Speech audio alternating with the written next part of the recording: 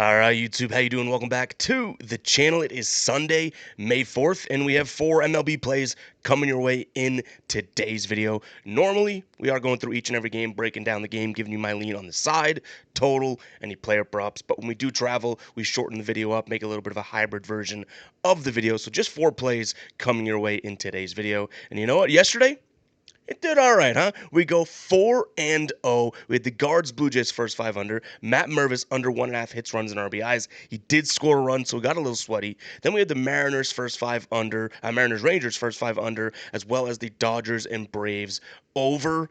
Not gonna lie, you might see some familiar faces in today's video if we're being honest. But excited to get into it. But like I said, 4-0 last night. If we had the money gun, if we had any way of using the soundboard on the road, we would, because we swept the board yesterday. Got a couple comments too, being like, "Oh, 4 picks, trash, talking too much." We made an Instagram video about it, right?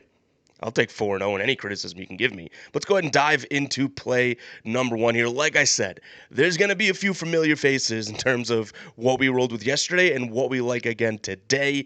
Hopefully that's not a bad sign, but first one here is going to be that same game, Cleveland and Toronto. I like the first 5 under 5 here for -142. We have Bowden Francis on the mound going up against Tanner Bybee.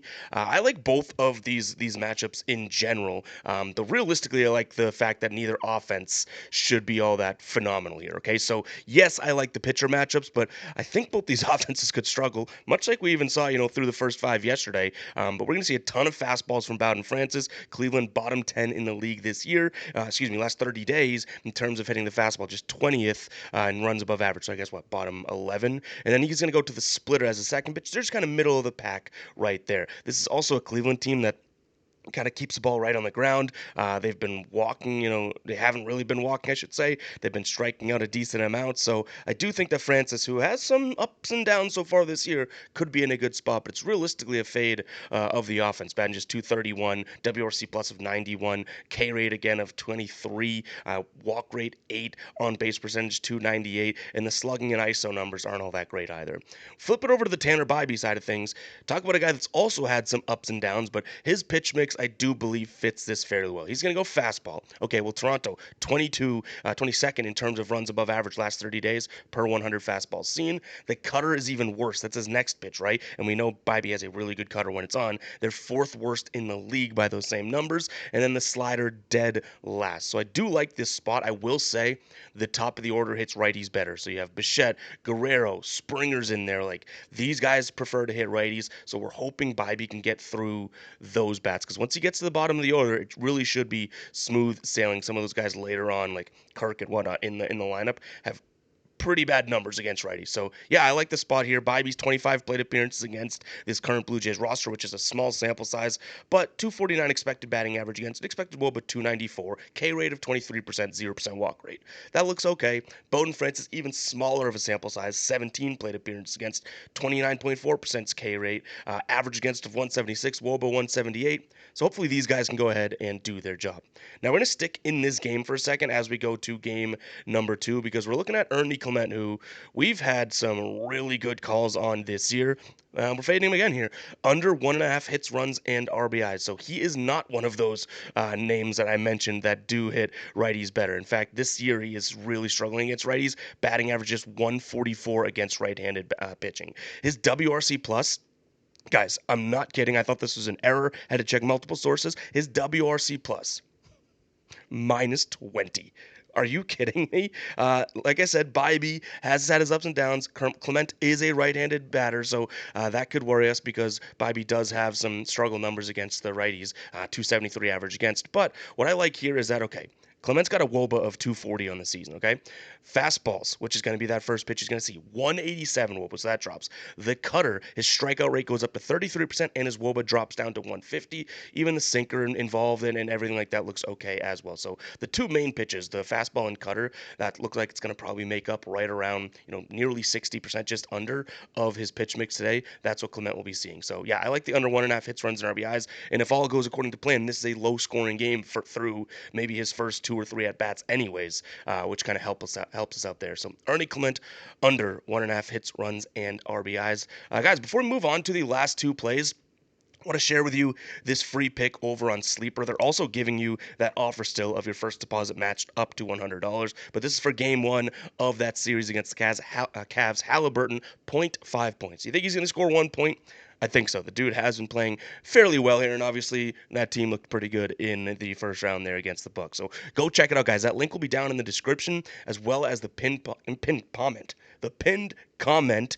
Hey, we are still in Vegas. Maybe we are a little hungover. Maybe we're not. And maybe we can't talk. But it'll be down there, guys. Or you should use code GUYBOSTON, GUYBOSTON, spelling bee champ, if you want to take advantage of this free square, as well as the deposit match up to $100. Sounds like a no-brainer to me. Go check it out, guys. Sleeper down below in the description, as well as the pinned comment.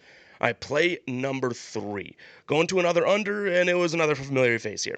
We're going under 5 in the first 5 between Texas and Seattle. I like this play a lot for multiple reasons, which we got to end up rolling with, right? And I do think that we're getting some decent value there. Most books, this is at minus 155. We're able to get it over on the player to player, right? The Profit X at minus 138, which love to see that. Okay, like I said, I like this for multiple reasons.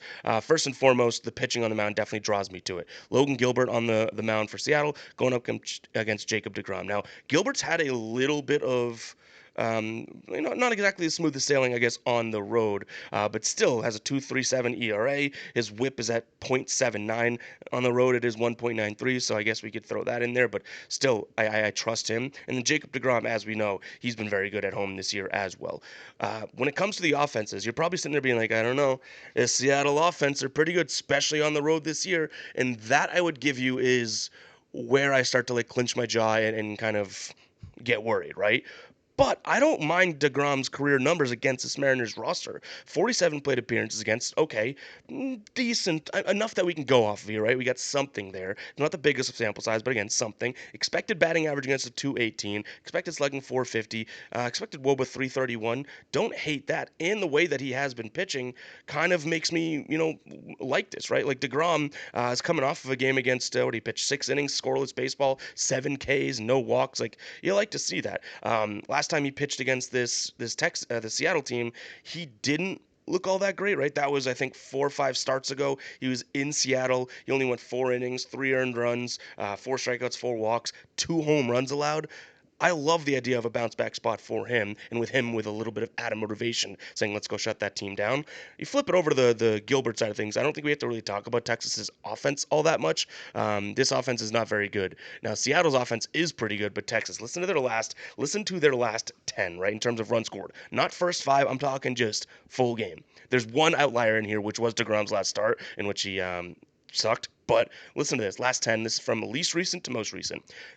Runs for 3, 2, 2, 1. Here's the outlier 15. Then it goes 1, 0, 1, 1.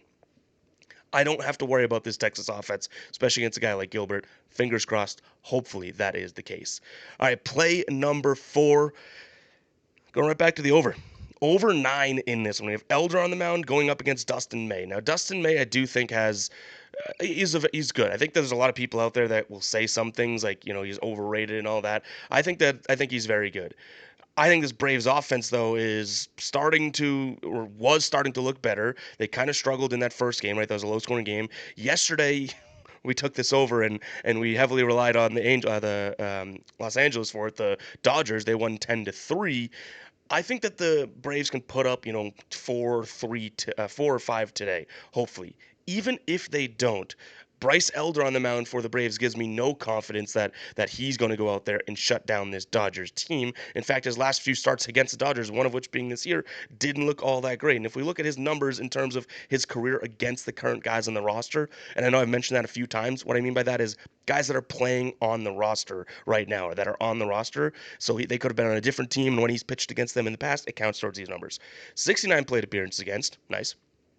Expected batting average against at 301, expected slugging 541, and an expected WOBA of 402.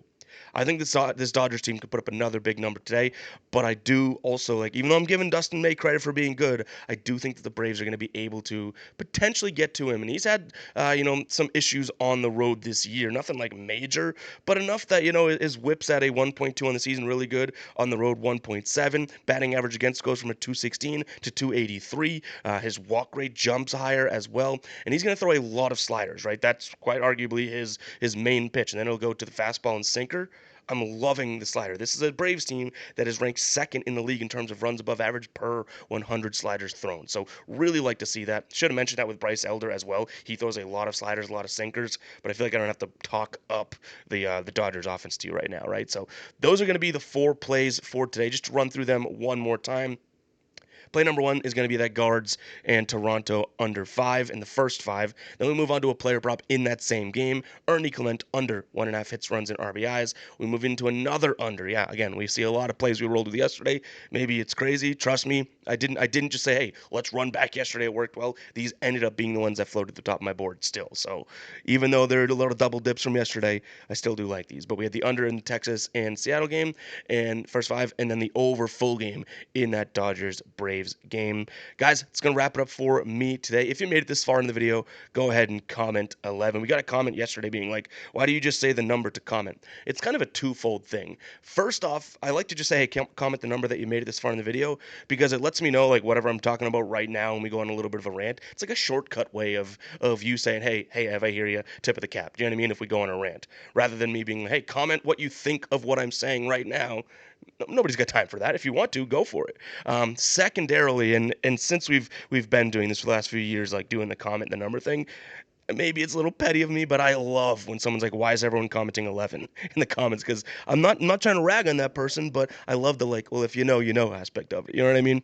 I don't know. Maybe that's just like I said, me being a dweeb. But comment 11 if you made it this far in the video. We'll catch you guys in the next one, right? Peace out.